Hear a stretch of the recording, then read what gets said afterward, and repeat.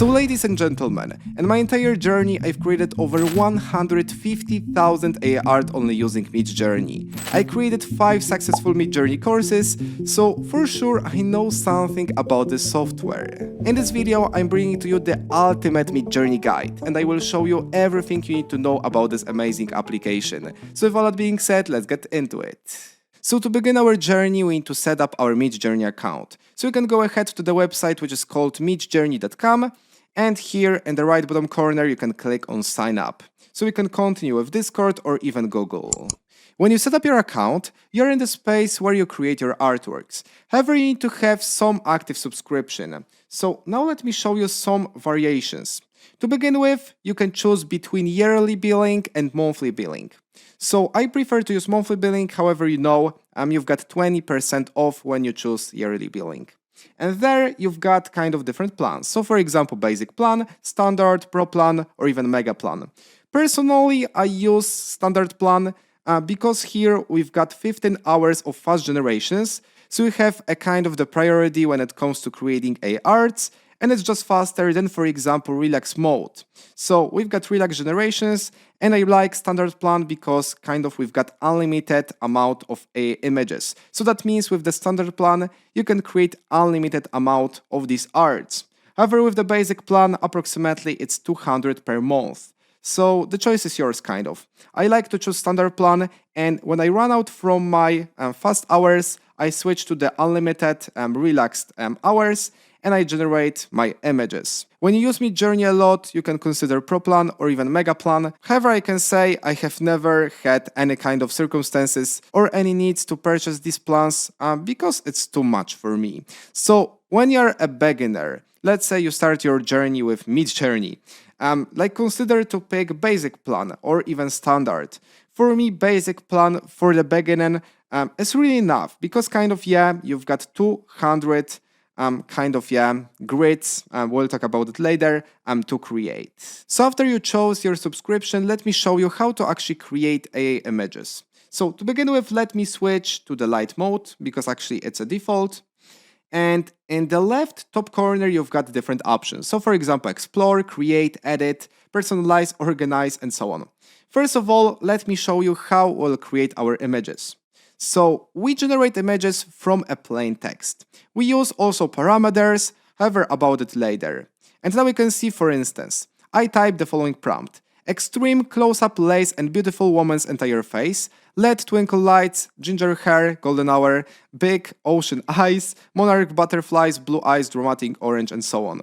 And at the end, I received this one image, which is totally perfect. I really love the details. Everything is at the point. So the main fact is we'll be creating our images from the simple plain text. So for instance, it's similar as we are using ChatGPT. However, there we are receiving responses, not images. So it is kind of pretty the same.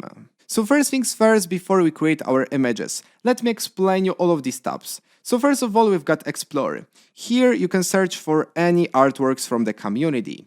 You can filter them, so for instance, hot, random, top day, or even top week or month. You can see just inspirations. You can click on some image, so let's see, for example, let's pick this one. In the right top corner, you've got the description for this image. So simply when you click here, you can copy the prompt, so this is the description. There you've got parameters, however, about it later. You can like the image and do all of the stuff. Explore tab is all about artworks provided by the community. In the Create tab, we can generate our artworks. However, about it in a while. In the Edit tab, we can edit them, and also we'll cover that in this video. We have also personalized option. However, it's kind of something more advanced. So what it does when we, for example, let's say we rate images on the community. Algorithm actually learns on our choices, and afterwards it adheres, when we create images, it adheres of what we chose. So it's kind of minor additional feature, so we won't talk about it for now. In the Organize tab, we can see our AI art that we created in the past. So at the right side, we can filter them. So for example, let's say I've got the upscales. So these are images that I chose and I liked. Also, we can sort by liked, hidden, and more. Also, we've got image size, so aspect ratio. So square, landscape, portrait, and so on. So a lot of filter options. Then we've got the chat. So here we can talk, create. So yeah, just integrate with others. Just I can say network. Then we've got tasks. So here we can do something and, for example, earn fast hours for free. So make some survey, for example, rate images and so on. In the left bottom corner, we've got the help, so we can get some help, updates, we can switch between light mode and dark mode, and also we've got profile settings, so account settings, we can manage subscription, go to Discord, manage uploads, or even Midjourney magazine, or just log out. Now let me show you how we can actually create AI-generated images. So to begin with, we've got two options. We can generate them in the Midjourney website or whether in the Discord.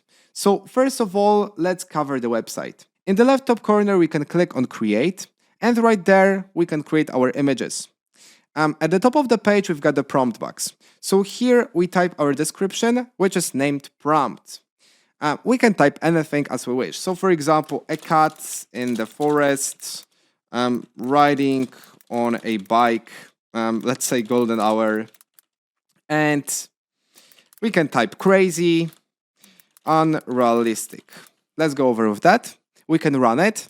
Also, we've got here some settings to set up. So for example, image size, we can choose between these different aspect ratios, so portrait, landscape, and so on.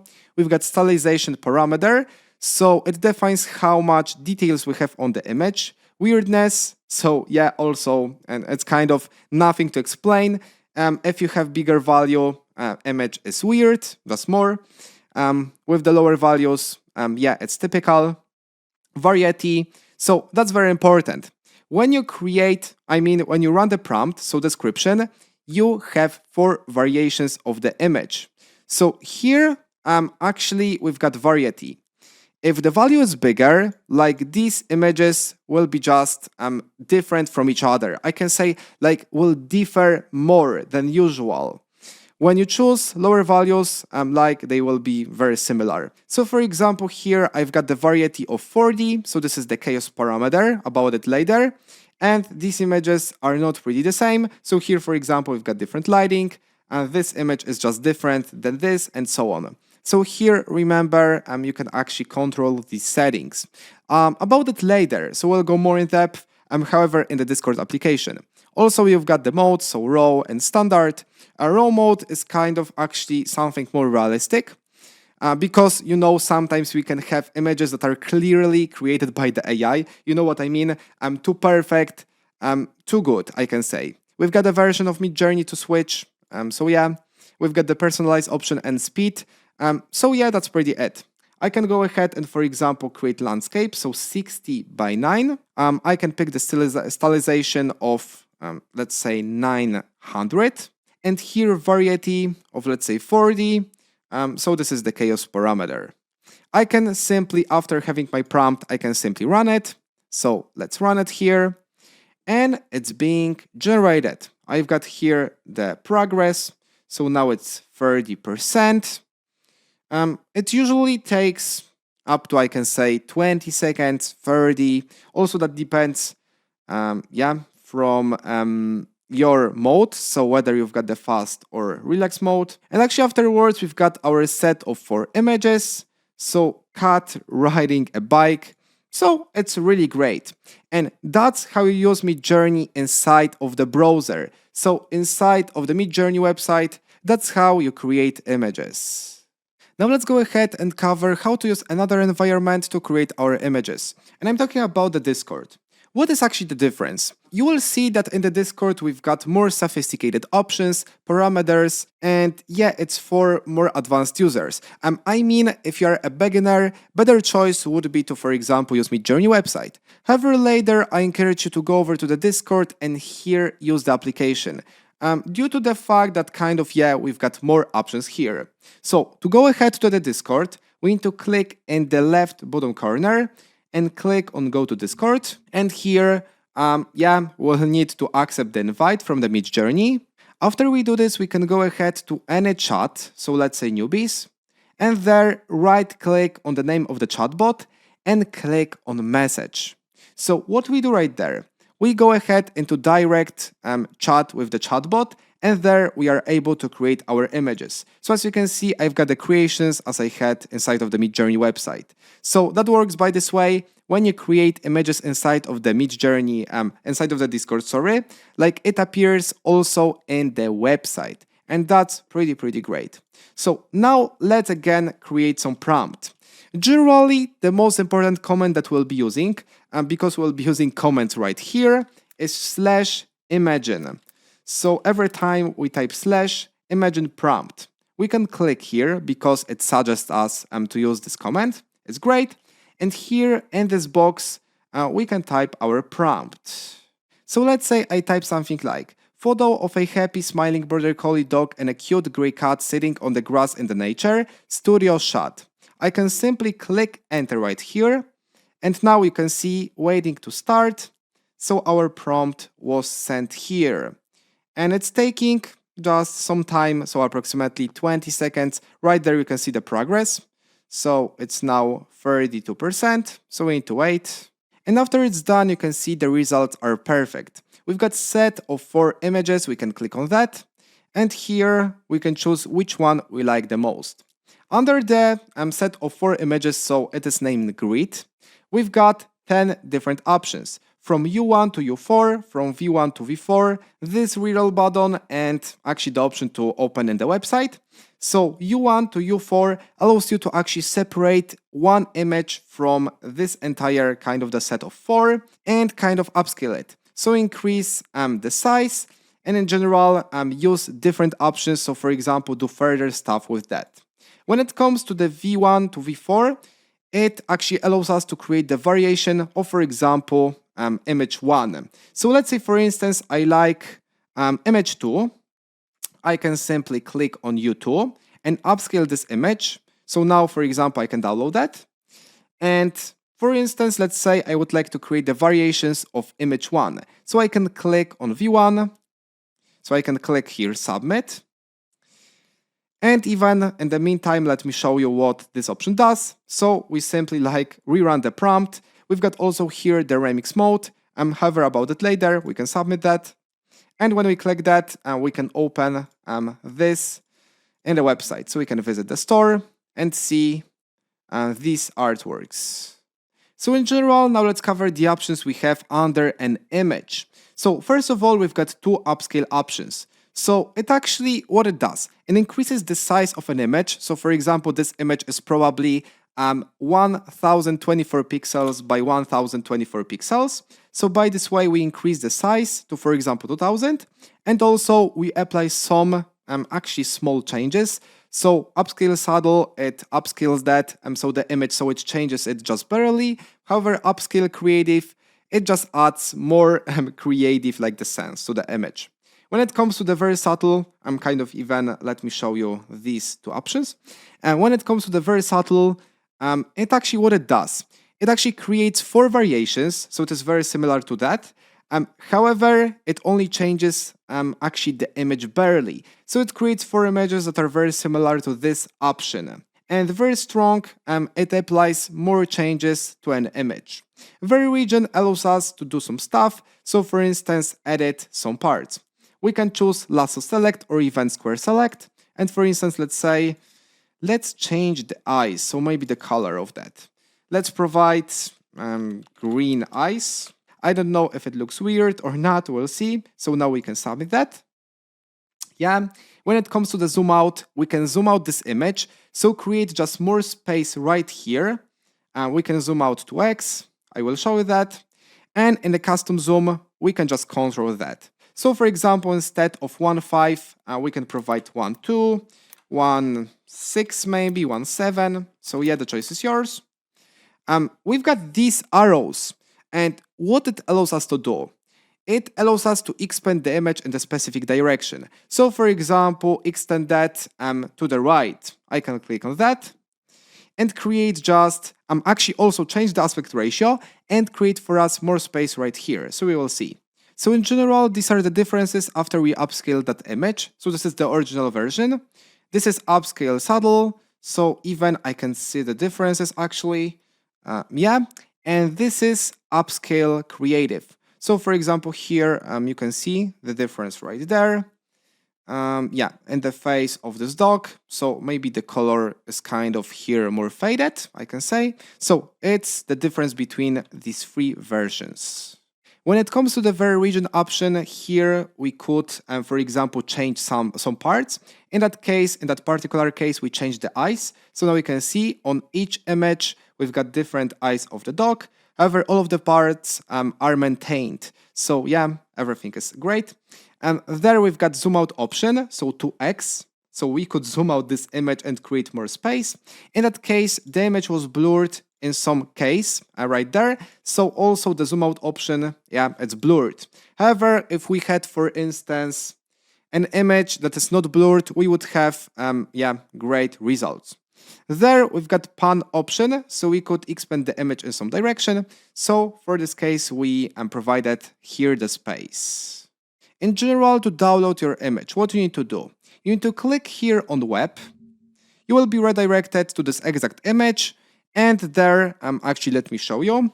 In the right top corner, you can click on download on this button, and afterwards an image is downloaded. Now, in the meantime, when we are here, let me show you some nice stuff. So there, in the Organize tab, you've got all of creations, so images generated, so you can preview all of them right here. To make it even better, you can click on Upscales. So here, there will appear only the images that you upscaled. So you chose for your circumstances, and now you can see. Now let's talk about something very important, and it's creating perfect prompts. Because if you think creating a art is really easy, actually it depends from the side you look at it. Because from one side you can look and you can say, alright, it's very easy. I create just one description, I put it and I generate images. But from the other side you've got different techniques, actually techniques to create great prompts. You can compare that to actually running the prompt inside of the ChatGPT. If you provide just plain text, just do this, without any further explanations, without some specific parts, you get bad results. However, when you provide some additional context, you use some techniques learned in the past, you get better results. Similarly, we've got inside of the Midjourney. So now let me show you how it works. So instead of just providing casual prompts, so for example, photo of a young beautiful woman, nice eyes, flowers, cool, just provide something better. I've got something like this. Macro shot of a young beautiful woman, wavy haired, outside, golden hour, realistic beautiful eyes, intense colors, captivating clean skin, and flowers. So it's much more detailed. We've got, for example, camera shot, yeah? We've got here some details about the hair, about specifying the woman, so beautiful. We can type old, young, and so on. We've got the lighting, which is very important. We've got different lightings, so natural lighting, golden hour. Let's say we've got cinematic lighting, yeah? We've got here the style, so realistic, beautiful eyes, even colors, so we can type the colors. Green, red, different shades of that. So yeah, that depends. So now you can see how important is creating great prompts. So the results are really great when you really learn how to provide great descriptions for images. After we run it, we can see that our images are absolutely gorgeous. So for example, this image I really like. We've got golden hour, wavy hair, really nice eyes, so it is just a masterpiece. Now let's move on to using parameters. And it's another proof that actually creating AI arts, it's not about creating just plain text and running that. It's about creating structured prompt, just providing relevant elements and also just using parameters, which are additional options to enhance our images. So the question is, how do we use parameters? So simply after we type our description for an image, we type 2 dashes. And then we type just the specific parameter that we would like to use. For example, the most common one is aspect ratio. So simply we type AR and we type the aspect ratio. For example, you can have 16 by 9. For example, let's say it could be 4 by 9. 4 by 9. Let's go over. 4 by 3. Let's say nice, actually for portraits is 4 by 5. So by this way, use parameters. Another parameter is chaos parameter. So for example, it's our variety. The value range is from 0 to 100. So if you pick just the bigger value, it's more varied. Actually, yeah, our grid, so set of 4 images. However, if you pick, for example, 20, it actually differ less from other images. Another parameter, it's stylized parameter. So the values are from 0 to 1000, so it defines how much details you have on an image. So, for example, I can run, let's say, 600. Another parameter that you may have is actually weird, so you can type weird, and you've got the values from the 0 to 3000, so it makes image more weird if you type higher values. And the last one parameter, which is very major, is repeat. So it's really useful because, for example, let's say you type repeat 3 and you repeat the same prompt 3 times. So it says, are you sure you want to imagine 3 prompts from the template? I can click yes. And there, I can actually run 3 prompts at the same time. Now let's move on to additional parameters that are more advanced and they are not used a lot. Nevertheless, before that, let's look on these images. So for example, let me upscale that. So just amazing. Nevertheless, let's go over back. So we've got the parameter, let's say, which is, let me delete it, which is quality. So it's kind of very minor, yeah? We can provide the quality of 3. The default value is actually 1. So there, the quality is just better. So we can type the value from 0 to 2. Default one is 0.5. It's kind of very minor, yeah? So the differences are not big, really. The next one parameter that we've got is no. So it excludes specific parts from an image. So for example, let's say no blue eyes. Let's say if that works, it would be very kind of unusual because Samoyeds usually have blue eyes. However, you've got this parameter. So for example, let's say you've got the meadow with the flowers. You can type --no and flowers. So it should exclude some specific parts. So you can see when it comes to blue eyes, it didn't perform as great. However, I can notice that this is not actually pure blue, as you can see, if you know what I mean. So for example, it's kind of, faded and so on.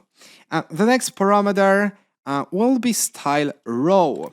I like to use it, I need to say, because let me show you. I can type 2 dashes, style row, and now image will be just more realistic. So what I mean by that, right here you can see it's clearly AI generated, yeah? So we see that's too perfect. And what style row does? It actually takes our image and it provides, for example, more realistic facial features or more realistic parts.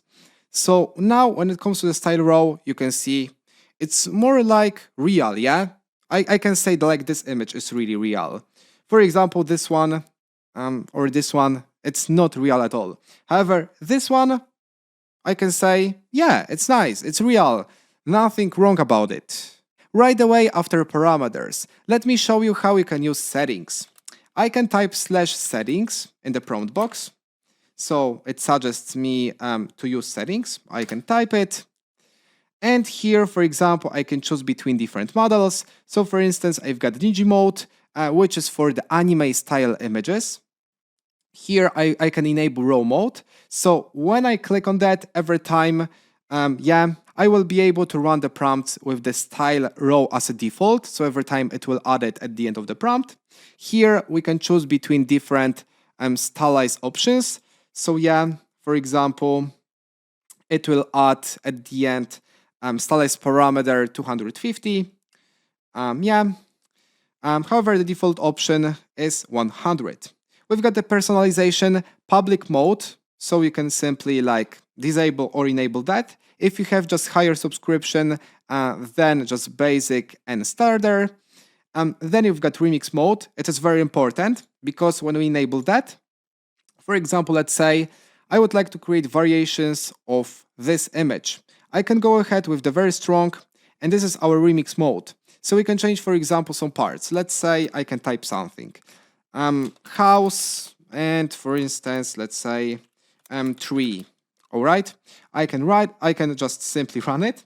And there, we'll see in a while. However, there, let's cover. We've got the modes. So these modes are kind of defining how fast your jobs will proceed. So turbo mode is the fastest. However, it takes more kind of the credits, so fast hours of your generations. Fast mode is actually default, and relax mode, yeah, it takes the less actually money per se, actually our hours. So yeah, that's how it works. Here we've got our style raw, remix strong. So yeah, that's how you've got all of the settings. Additional setting, which is very important, is preferred suffix. Let me show you that very quickly. So when we've got our preferred suffix, we can actually provide our values that we'll be using with every prompt. So for example, I can click here on new value and for instance type chaos parameter, let's say AD. And when I run it, every time, whenever I run the prompt, so let me show you, let me paste it, like this value will be added at the end, yeah? So you can set up specific parts. Let's say you create some portraits and you've got some settings. Even you can have some parts of the prompt. So for example, golden hour, let's say natural lighting and so on. So you can add it as the preferred suffix. And it's very, very cool. Actually, to remove the preferred suffix, so let's say you created the portraits, you had specific like the settings, and you would like to remove it. You just simply click here, preferred suffix, and you don't choose new value. You just run it, click enter, and suffix now is removed. Now let me actually show you how you can use images in your creations, and for example, base on them and create some nice stuff. So to begin with, we've got a few different ways. The first basic one is to actually kind of upload our image right here. Then what we need to do, we need to click on that and open this image in new tab. Afterwards, we need to copy this link. And when we have that, we can go back to the Discord and here type /imagine. And right there at the beginning of each prompt, like paste the link, and afterwards we can type our prompt. So also this is the specific order. Firstly, we provide the URL of an image. Afterwards, we provide our prompt, so the description for an image, and at the end we provide parameters. It is very important. You can't, for example, provide parameters at the beginning. It doesn't make sense. So here, after I have my URL, I can provide the prompt. So, cute animals, let's say smiling. Like simple as that. And at the end, let's even provide aspect ratio 16:9. I can run it, and what it does, it bases on this image, also on the prompt, and it creates something similar to that. The second way of using images in our prompt is by blend mode. Simply what we can do, we can type blend, and here we can just simply blend multiple images at once. So for example, let me provide something. First of all, let me provide this image right here. Then what I can do, I can provide another image. And if I want to provide next image, I can click here and simply click on image 3. And right there, let me search for something. What do we have right there? Yeah, I've got some image, just very random. And now what I can do, I can simply click enter. And what it does, it combines these 3 images together and it creates something for me. In the meantime, the third way of using our images is by providing parameter. So let's say I can type cute animals. And there I've got 2 parameters. First one is style reference. So I can type srf and there provide the URL of an image. So what it does, it bases on the style of this image, not the characters, actually any objects, however on the style. So on the coloristics, on different kind of elements. Also, I've got the second actually way of running our parameter, which is character reference. It's especially for the portraits. So for example, let's say we've got some portrait. It could be, for example, these animals. So we base on the characters. And this is very great. So I can summarize it by this way. You can use the URL at the beginning of the prompt without any parameters if you would like to base on the image in general. When you want to actually base on the style, use style reference. Actually, when you want to base on the characters, so it is especially for the portraits, use character reference. And when you want to blend all of the images together, like use blend mode, because you've got something like that. It's kind of the mix of the cat, dog, and what we had on the third image, so it works by this way. Now let's talk about one of my favorite options inside of Midjourney, and I'm talking about Describe. So what I can do and what it does. Simply let me go ahead to some image, and let's say you see some image on the internet. For example, let's see, maybe this one. I see this image, or let me take something else. Oh, maybe this one. So I see this image and I would like to create something similar. However, I don't have the prompt. I need to actually provide it manually, or I have an option to screenshot this image. Yeah, I'm doing this by this way. Type /describe. Here, pick an image and just paste it by simply clicking Ctrl V. And there you can click enter. And what it does, it's absolutely amazing. It creates for us some different prompts based on the circumstances. So it takes this image and it actually describes that. Yeah. So now what we can do, we can submit that. Also, we can submit this version. So we've got 4 variations of the prompt, and it's absolutely great. It allows you to effortlessly just create perfect images and do all of the stuff with them without putting any effort, spending time. So we've got something very cool, yeah? We've got images that are very similar to this one. The differences are not existing at all. So that we have it. Thank you for watching this video. I truly hope you enjoyed that. You found my explanations very clear for you, and in general it was helpful because it's the most important for me. So for now this is everything. Thank you for the attendance, and I will see you in the next material.